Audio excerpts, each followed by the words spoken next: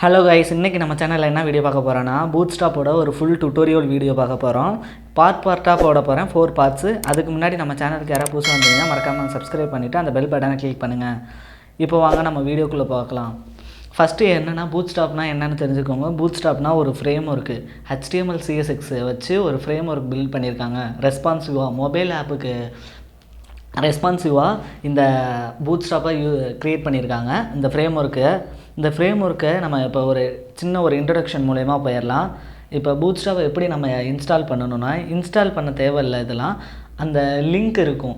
அந்த கீழே இப்போ நான் காட்டுறேன் பாருங்களேன், compiler or CSS and JSS file. இது டவுன்லோட் பண்ணியும் நம்ம ரன் பண்ணலாம். அப்படி இல்லைன்னா நம்ம அந்த ஃபைலு லிங்க் இருக்கும். மெட்டாடாக் HTML யூஸ் பண்ணவங்களுக்கு தெரியும். மெட்டாடாக் கீழே அந்த லிங்க்கை தூக்கி போடணும். கீழே கொடுத்துருக்காங்க பாருங்கள், சோர்ஸ் ஃபைலு, எக்ஸாம்பிள் இந்த கொடுத்துருக்காங்க பாருங்கள், CDNYOJDLR. இந்த 2 ஃபைலு, மேலே இருக்கிறது லிங்க்கு, கீழே இருக்கிறது ஸ்கிரிப்டு. இந்த 2 ஃபைலையும் தூக்கி நம்ம அந்த மெட்டா டேக் கீழே போடணும். இந்த HTML CSS படித்தவங்களுக்கு தெரியும். அந்த மெட்டா டேக்குங்கிறது நீங்கள் Shift 1 கிளிக் பண்ணிங்கன்னா விர்ச்சுவல் ஸ்டுடியோவில் மெட்டா டேக் வரும். அந்த மெட்டா டேக்கு மேலே இந்த லிங்க்கு போடணும். அப்படி இல்லைன்னா நீங்கள் HTML எங்கே இந்த லிங்க் போட்டாலும் எடுக்கும். ஓகேங்களா? உதாரணத்துக்கு இப்போ நம்ம என்ன பார்க்க போகிறோம்னா, இந்த HTML CSS இந்த ஃபுல் வீடியோவை ஒரு அட்வான்ஸ்டு அப்படின்னு சொல்லலாம். அப்படிங்கிறது தான் இந்த பூட்ஸ்ட்ராப்புங்கிறது ஒன்றும் இல்லை, ஒரு ஃப்ரேம் ஒர்க்கு தான். இப்போ HTML CSSஐ வச்சுட்டு ஒரு டிசைன் பண்ண முடியும்னா அதுக்கு ரொம்ப டைம் நிறைய ஆகும்.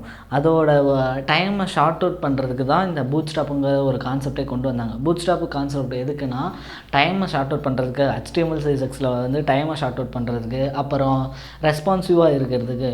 மோஸ்ட் ஆஃப் த யூஸ் வந்து இந்த பூட்ஸ்ட்ராப் வந்து ரெஸ்பான்சிவாக இருக்கிறதுக்கு மட்டும்தான் யூஸ் பண்ணுவாங்க. ஏன்னா இப்போ நீங்கள் மொபைல் ஸ்க்ரீனுக்கு தனியாக எழுதணும். இப்போ டேப்னா டேப் ஸ்க்ரீனுக்கு தனியாக எழுதணும். நீங்கள் ஓனாக HTML CSS எழுதுனீங்கன்னா, அப்படி இல்லாமல் உங்களுக்கு இன்பில்டாக வேணும் அப்படின்னா இந்த மாதிரி ஏதாவது ஃப்ரேம் ஒர்க் இருக்கும். நிறையா ஃப்ரேம் ஒர்க் இருக்குது. அதில் ஒன்று தான் இந்த பூட்ஸ்ட்ராப் ஃப்ரேம் ஒர்க்கு. எதுக்கு நிறையா யூஸ் பண்ணுறாங்கன்னா, நிறைய பேர் டக்குன்னு வேலை முடிக்கிறது, லிசன் பண்ணிக்கவும் ஈஸியாக இருக்கும். ஓகேங்களா? இப்போ வாங்க இதில் என்னென்ன செக்ஷன் இருக்குதுன்னு பார்க்கலாம். சைடில் இருக்கிறதுலாம் செக்ஷனு. அந்த செக்ஷனில் ஒவ்வொன்றும் ஒவ்வொரு விதமாக ஃபங்க்ஷன் ஆகும். இப்போ பட்டனுக்கு தனியாக போட்டிருப்பாங்க, ஃபார்முக்கு தனியாக, H1க்கு தனியாக, அதுக்கப்புறம் H1 நாவ்பாரு, கர்சரோலு, இந்த மாதிரி நிறைய செக்ஷன் இருக்கும். நீங்கள் ஒவ்வொரு செக்ஷனாக கிளிக் பண்ணி பாருங்கள். ஓகேங்களா? நம்ம வீடியோவில் மொத்தம் 4 பார்ட்ஸ் போட போகிறோம். ஃபஸ்ட்டு பார்ட்டில் நம்ம அந்த பட்டன் வரைக்கும் பார்க்கலாம். அதுக்கப்புறம் இன்னொரு பார்ட்டில். ஓகேங்களா? ஃபஸ்ட்டு நம்ம அந்த கலர் எப்படின்னு பார்க்கலாம். இப்போ இந்த பூட்ஸ்ட்ராப்பில் வந்துட்டு மொத்தம் கலருங்கிறது மொத்தம் ஒரு 10 கலர் இருக்குது. ப்ரைமரி, செகண்டரி, அதுக்கப்புறம் இன்ஃபோ, சக்ஸஸ்ஸு, வார்னிங்கு, அதுக்கப்புறம் டேஞ்சர், அப்புறம் லைட்டு, டார்க்கு. இந்த கலர்லாம் எதுக்கு யூஸ் பண்ணுறாங்கன்னா, அந்தந்த கீவேர்டு. இப்போ ஒரு கிளாஸ் இருக்குன்னா அந்த கிளாஸுக்கு பக்கத்தில் இந்த ப்ரைமரின்னு போட்டிங்கன்னா அந்த கலர் வரும். நீங்கள் அந்த லிங்க் போட்டிருந்தால் மட்டும்தான் இந்த ப்ரைமரி போட்டால் கலர் வரும். பூட்ஸ்ட்ராப்பை கால் பண்ணியிருக்கணும். அப்படி இல்லைன்னா இந்த கலர் வராது. நீங்கள் ப்ரைமரின்னு போட்டுருந்தீங்கன்னா அந்த கலர் வரும். ஓகேங்களா? இதுலேயே நிறைய கலர் இருக்குது. மொத்தம் 11 கலர் இருக்குது. இந்த 11 கலர் தான் யூஸ் பண்ணணுமா? இல்லை. இந்த 11 கலர் இருக்க கிளாஸ் நேமை மட்டும் நீங்கள் எடுத்து நீங்கள் உங்கள் வெப்சைட்டுக்கு என்ன கலர் போட்டிருக்காங்களோ பட்டனு, அந்த கலரை நீங்கள் யூஸ் பண்ணிக்கணும். வெப்சைட்டை பொறுத்தவரையும் மொத்தம் 3 கலர் தான். ப்ரைமரி, செகண்டரி, அப்புறம் இன்னொரு என்ன கலர்னு எனக்கு சரியாக ஞாபகம் இல்லை. அதனால் மொத்தம் 3 கலர் தான். இந்த ப்ரைமரி கலருங்கிறத வந்து நிறைய இடத்துல யூஸ் பண்ணுவோம். நாங்கள் மோஸ்ட் ஆஃப் த இம்பார்ட்டண்ட்டாக இருக்கிறதுக்கு ப்ரைமரி. செகண்டரிங்கிறது அந்த ஹெட்டிங்கு, டைட்டிலு, இந்த மாதிரி இடத்துலலாம் இந்த செகண்டரிக்கு யூஸ் பண்ணுவாங்க. ஓகேங்களா? அதுக்கப்புறம் இப்போ அவைலபிள் ப்ராப்பர்ட்டிஸ் அப்படிங்கன்னா என்னென்னா, நீங்கள் இந்த பூட்ஸ்ட்ராப்பை பொறுத்தவரையும் மொபைல் வீக்குனா தனியாக அப்படின்னு ஒரு கிளாஸ் இருக்குது. SM, MD, அப்புறம் லார்ஜு, அப்புறம் XL, அப்புறம் XXL. MDனா டேபு, XLனா XXLனா வந்து டெஸ்க்டாப்லேயும் லாஸ்ட்டாக இருக்கிறது அந்த XL XXL தான். இதுக்கு நீங்கள் இதெல்லாம் மோஸ்ட்லி யூஸ் பண்ண மாட்டீங்க. அந்த லார்ஜு, அதுக்கப்புறம் MD, SM இது மட்டும் தான் நிறைய இடத்துல யூஸ் பண்ணுவீங்க. இதெல்லாம் ஒவ்வொன்றும் ஒவ்வொரு வித்து. நீங்கள் CSSல கேள்விப்பட்டிருப்பீங்களா, மீடியா குறி. அந்த மீடியா குறியை யூஸ் பண்ணி தான் அந்த கிளாஸ் போட்டிருப்பாங்க. அந்த இப்போ லார்ஜுக்கு ஒரு மீடியா குறி எழுதியிருப்பாங்க பூட்ஸ்ட்ராப்பில். நீங்கள் அந்த லார்ஜுன்னு போட்டிங்கன்னா அந்த டெஸ்க்டாப் வியூக்கு ஃபுல்லாக செட் ஆயிரும். ஓகேங்களா? இப்போ நம்ம இந்த டெமோ காட்டுறோம் பாருங்கள் இந்த வெப்சைட்டில் இப்போ எப்படி பிரிச்சுருக்காங்க பாருங்கள். மேலே இருக்கிறது ஒரு ஸ்லைடரு கர்சரோல், அது கர்சரோலுங்கிறது அது வந்து ஸ்லைடர். நீங்கள் நிறைய வெப்சைட்டில் போய் பார்த்தீங்கன்னா இந்த மாதிரி ஸ்லைடர் போட்டிருப்பாங்க. அது வெப்சைட்டு க்ரியேட் பண்ணுறவங்களுக்கு தெரியும். அது பேர் வந்து நாங்கள் கர்சரோல்னு சொல்லுவோம். ஓகேங்களா. இப்போ கீழே இருக்க 2 பாக்ஸுக்கு பேர் தான் கார்ட் பாக்ஸுங்கிறது வந்து நாங்கள் டிவ் பாக்ஸ் அப்படின்னு சொல்லுவோம். கார்ட்டை எப்படி பிரிக்கிறது அப்படின்னு இது வந்து 2 காலமாக பிரிச்சிருக்காங்க. காலத்துக்கு வந்து காலம் லார்ஜ் 6ன்னு கொடுத்துருக்காங்க. அடுத்த காலமும் காலம் லார்ஜ் 6ன்னு கொடுத்துருக்காங்க. இப்படி 2 காலமாக பிரிச்சிருக்காங்க. இதுவே நீங்கள் இன்னும் இதோட வித்தை இந்த வெப்சைட்டோட வித்தை கம்மி பண்ணிங்கன்னா 12 மாறுது. அது எப்படின்னா இங்கே காட்டுறேன் பாருங்களேன். உங்களுக்கு டெமோ மூலியமாக வரும். அதில் அந்த என்ன யூஸ் பண்ணியிருக்காங்க மட்டும் உங்களுக்கு காட்டுறேன் பாருங்களேன். அவங்க போட்டிருக்காங்க பாருங்கள். காலமில் எனக்கு 12 வேணும், காலம் லார்ஜில் 6 வேணும். அப்படின்னா காலம் எல்லா காலத்துலேயும் எனக்கு 12 வேணும். டெஸ்க்டாப் வியூவில் மட்டும் லேப்டாப்பு அது கம்ப்யூட்டரில் மட்டும் எனக்கு 2 வேணும். மற்ற மொபைலு டேப்லாம் எனக்கு 1 டிஸ்பிளே ஆனால் போதும் அப்படிங்கிறத சொல்கிறதுக்கு மட்டும்தான் அந்த போட்டிருக்கேன். காலம் 12 எனக்கு லார்ஜில் மட்டும் 6 டிஸ்பிளே ஆகணும் அப்படின்னு சொல்லியிருக்காங்க. இப்போ இந்த காலம் லார்ஜு காலம் ரோ இதெல்லாம் புரியலைன்னா மேலே போட்டிருக்காங்க பாருங்களேன். டிவ் கண்டெய்னர் ரோ இது 3 தான் உங்களுக்கு இம்பார்ட்டன்ட். இப்போ கண்டெய்னர் போடணும், எந்த வெப்சைட்டாக இருந்தாலும் கண்டெய்னர் போட்டிருப்பாங்க, ரோ போட்டிருப்பாங்க, அதுக்கு கீழே தான் காலம் பிரிப்பாங்க. இது வந்து ஒரு ரூல். அதனால இப்போ நீங்கள் வந்து ஃபஸ்ட்டு கண்டெய்னர் போட்டுக்கணும். கண்டெய்னருக்கு அப்புறம் ஒரு ரோ, இந்த காலம், இது 3 தான். ஃபஸ்ட்டு நீங்கள் கண்டெய்னர் ஒரு இடத்துல போட்டுக்கிட்டு ரோவை உங்களுக்கு எத்தனை பாக்ஸ் வேணுமோ அத்தனை பாக்ஸுக்கு ஏற்ற மாதிரி ரோவை போட்டுக்கலாம். இப்போ எனக்கு ஒரு ரோ இது ஒரு காலமில் எனக்கு உங்களுக்கு புரியுற மாதிரி சொல்கிற மாதிரிங்க. ஒரு ரோங்கிறது ஒரு சைடு. இப்போ இந்த 2 இருக்குல்ல, இந்த 2 பாக்ஸ் ஒரு ரோங்கிறது ஒரு சைடு ப்ரோ. ஸோ அதனால தான் அது ஒரே காலமாக பிரிச்சுருக்கோம். சரி, அந்த ஒரு காலம்னால தான் நம்ம 2ஆக பிரிச்சுருக்கனால உங்களுக்கு 2ஆக டிஸ்பிளே தெரியுது. இப்போ காலம் இதிலே 6ன்னு கொடுத்துருந்தோம்னா 6ஆக டிஸ்பிளே ஆகுது. ஒரு ரோவுக்கு 2ஆக தெரியுது. அதுவும் எனக்கு லார்ஜில் வேணும் அப்படின்னு சொல்கிறனால தான் லார்ஜில் மட்டும் 2ஆக டிஸ்பிளே ஆகுது. இதுவே எனக்கு மொபைல் வியூவில் 2ஆக வேணும் அப்படின்னிங்கன்னா மொபைல் வியூவுக்கு காலம் SM2 காலம் SM6 காலம் SM6 எப்படின்னு கொடுத்துருந்தீங்கன்னா மொபைல் வியூவில் 2 டிஸ்பிளே ஆகும். உங்களுக்கு இதே பாக்ஸ் மொபைல் வியூவில் 2 டிஸ்பிளே ஆகும். ஸோ அதனால தான் இப்போ அந்த காலம் லார்ஜு கொடுக்குறாங்க. ஸோ அடுத்து நம்ம என்ன பார்க்க போகிறோன்னா அடுத்து வந்து இதுதான். ஓகே, அடுத்து என்ன பார்க்க போகிறோன்னா கண்டெய்னரில் வந்து மொத்தம் என்னென்ன இருக்குன்னா கண்டெய்னர் இப்போ தான் சொன்னேன்ல, கண்டெய்னர் லார்ஜு SM, அதுக்கப்புறம் XL, XXL. ஸோ இந்த கண்டெய்னருங்கிறது வந்து லெஃப்ட் சைட்லேயும் ரைட் சைட்லேயும் காமன் ஸ்பேஸ் வரும். இப்போ இதுவே கண்டெய்னர் SMனா கண்டெய்னர் SMல மட்டும் காமன் ஸ்பேஸ் வரும். அதே மாதிரி கண்டெய்னர் லார்ஜில் மட்டும் காமன் ஸ்பேஸ் வரும். அதே மாதிரி கண்டெய்னர் XL XXLனா டெஸ்க்டாப்பில் மட்டும் எனக்கு ஸ்பேஸ் வேணும். அதுக்கப்புறம் கண்டெய்னர் ஃப்ளூயிடு, இந்த கண்டெய்னர் ஃபியூவலும் அப்புறம் கண்டெய்னர் இது 2 மட்டும்தான் எல்லோரும் மோஸ்ட்லி யூஸ் பண்ணுவாங்க. மற்ற இது மோஸ்ட்லி அவ்வளோவா யூஸ் பண்ண மாட்டாங்க. அந்த ஃப்ளூயிட் மட்டும் வாயில் சரியாக ப்ரொனன்சியேஷன் வரல. ஸோ அதுக்கு மட்டும் என்னென்னு பார்த்துக்கோங்க. அது ஃப்ளூயிட் தான். ஓகேங்களா. அது வந்து 100% எனக்கு இந்த மொபைல் வியூலையும் 100% வேணும், டெஸ்க்டாப் வியூலையும் 100% வேணும்னா அந்த கண்டெய்னர் ஃப்ளூயிட் கொடுங்க. எக்ஸாம்பிளுக்கு கீழே போட்டிருக்காங்க பாருங்கள், டிஃபால்ட்டு கண்டெய்னர். நீங்கள் கண்டெய்னர் காப்பி பண்ணிங்கன்னா அந்த கண்டெய்னர் மட்டும்தான் வரும். அதுக்கப்புறம் கிரிட்டுங்கிறது இப்போ நான் சொல்லியிருந்தேன்ல 2ஆக பிரிக்கிறது, அதோட ஒரு கான்செப்ட் தான் கிரிட்டு. இங்கே போட்டிருக்காங்க பாருங்களேன் bootstrapல கண்டெய்னர் ரோ காலம் 1, அதுக்கப்புறம் இன்னொரு காலம் 1. இந்த 3ஆக பிரிச்சிருக்காங்க. இவங்க வெறும் எனக்கு டெஸ்க்டாப் வியூலையும் காலம் 1 வேணும், மொபைல் வியூலையும் காலம் 1 வேணும், அப்புறம் டேப் வியூலையும் எனக்கு காலம் 1 வேணும்.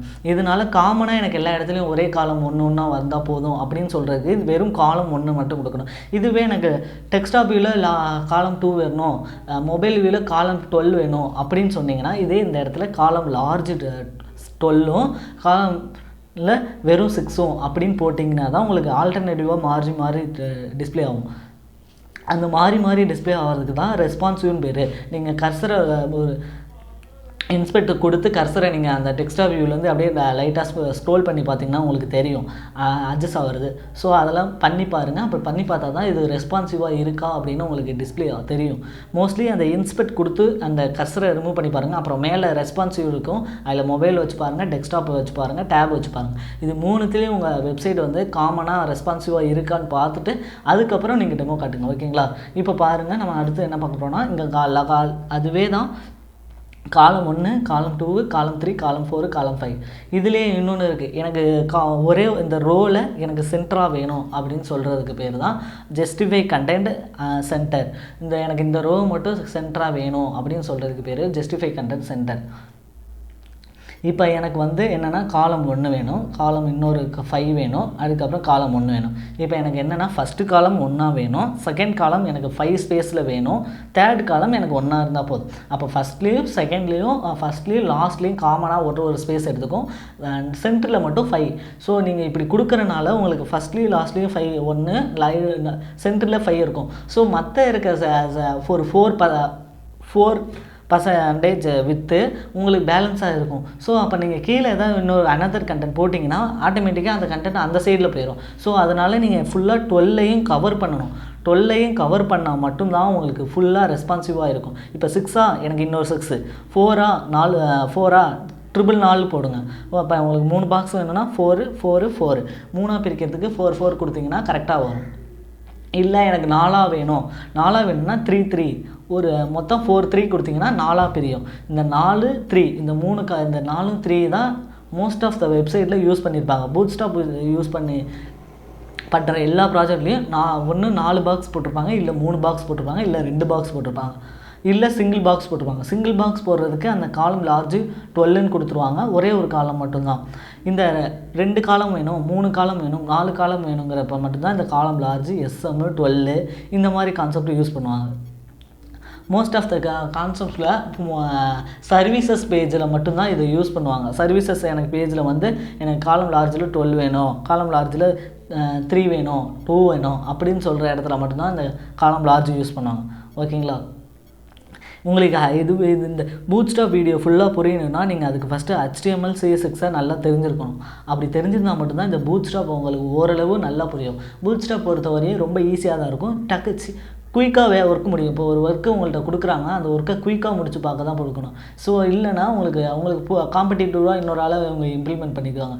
குயிக்காக முடிச்சு கொடுக்குற ஆளை தான் அவங்க வச்சுப்பாங்க. அதனால மோஸ்ட்லி நிறைய பேர் பூட்ஸ்ட்ராப் தான் யூஸ் பண்ணுவாங்க. ஸோ நீங்களும் அதுக்கு வெர்ஷனுக்கு தகுந்த மாதிரி யூஸ் பண்ணிக்கோங்க. ஸோ ஓகேங்களா? இப்போ இந்த வீடியோவில் நம்ம கண்டெய்னர் பார்த்துருக்கோம், கிரிட்டு பார்த்துருக்கோம், அப்புறம் வந்து லேஅவுட் எப்படி பிரிக்கிறது அப்படின்னு பார்த்துருக்கோம், அப்புறம் காலம் பார்த்துருக்கோம்.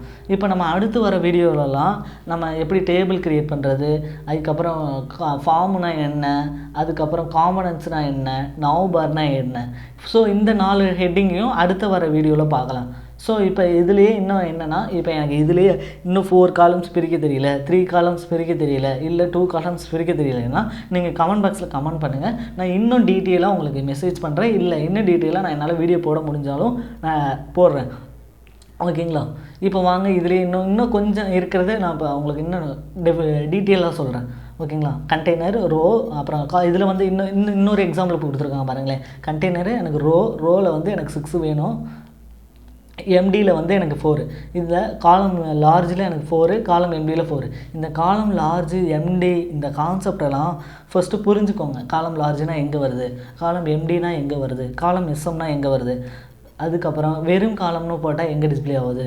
ஸோ இந்த கான்செப்ட் எல்லாத்தையும் நீங்கள் ஓரளவு செக் பண்ணி பார்த்துக்கோங்க. செக் பண்ணி பார்த்தா தான் உங்களுக்கு ஒரு ஐடியா கிடைக்கும். ஓ, காலம் லார்ஜ்னா இது, காலம் எம்டினா இது, ஓகே அப்படின்னு சொல்லி ஒரு ஐடியா கிடைக்கும். ஸோ அந்த ஐடியாக்காண்டி மட்டும்தான் நீங்கள் நிறைய கற்றுக்கிட்டே இருக்கிறதுக்காண்டி நிறைய டைப் பண்ணி பாருங்கள், இல்லை காப்பி பேஸ்ட் பண்ணி அதை செக் பண்ணி பார்த்துக்கோங்க. செக் பண்ணி பார்த்தா தான் உங்களுக்கு அதோட ஃபுல் டீட்டெயில்ஸும், ஓ இந்த காலம் லாஜி இதுக்கு யூஸ் பண்ணுறாங்க போல், காலம் எம்டி இதுக்கு யூஸ் பண்ணுறாங்க போல் அப்படின்னு உங்களுக்கு புரியும். ஓகேங்களா? இதுலேயே நிறைய எக்ஸாம்பிள் கொடுத்துருக்காங்க, நீங்கள் எல்லா எக்ஸாம்பிளையும் யூஸ் பண்ணி பார்க்காங்க. ஒரு எக்ஸாம்பிள் எடுத்துக்கிட்டிங்களா, அதை எக்ஸாம்பிள் எடுத்து அதுக்கு தகுந்த மாதிரி நீங்கள் கோடிங்கை சேஞ்ச் பண்ணி மாற்றிக்கோங்க. ஓகேங்களா? ஓகே ஃப்ரெண்ட்ஸ், நாளைக்கு இன்னொரு வீடியோவில் பார்க்கலாம். மறக்காமல் இந்த வீடியோ பிடிச்சிருந்துச்சுன்னா லைக் பண்ணுங்கள், ஷேர் பண்ணுங்கள், சப்ஸ்கிரைப் பண்ணுங்கள், அப்புறம் உங்கள் ஃப்ரெண்ட்ஸுக்கு இந்த வீடியோ ஷேர் பண்ணுங்கள்.